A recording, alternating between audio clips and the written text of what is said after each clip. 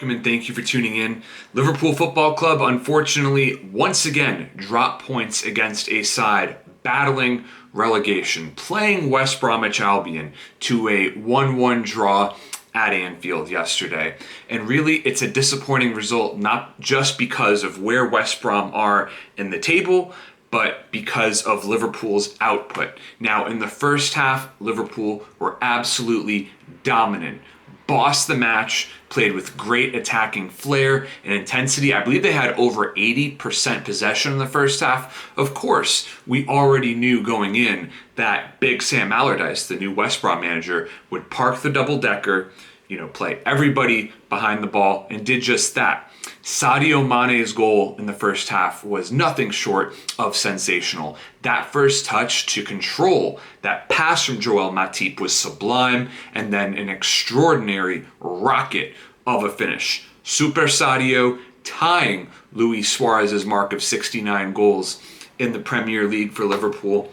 Just a wonderful career Mane has had for the Reds. A Liverpool legend and continues to build upon an incredible legacy.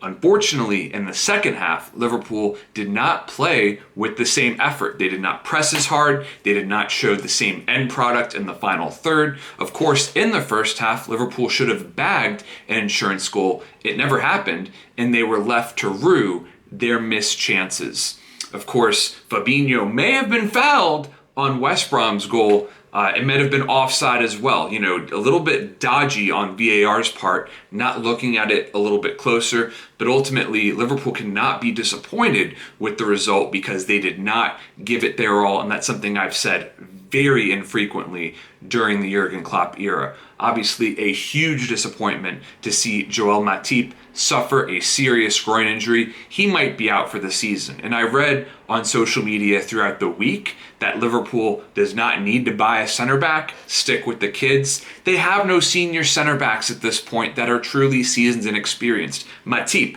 out. Joe Gomez, out. Virgil van Dijk, out. If you think Liverpool does not need to bring in a center back in January, you are simply out of your mind. Liverpool have no choice but to go into the January transfer window with the intention of buying a center back, or at the very minimum, picking up one on loan. Liverpool absolutely must bring in a new center back. I would personally love to see David Alaba from Bayern Munich come in. His contract is expiring at the end of the season. Wonderful player.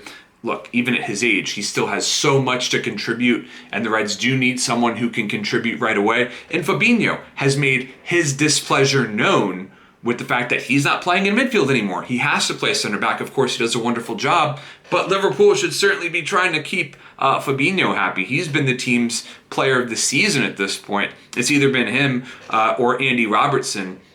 But in terms of this performance, of course, it is a huge disappointment. It gave Liverpool the opportunity to get some breathing room at the top of the table, but the Reds have to keep this in perspective from a supporter standpoint. Of course, these results are frustrating, but these are also very trying times with injuries, with COVID, with everything going on. It's just time to accept that the title race is going to be a lot tighter than we would like it to be.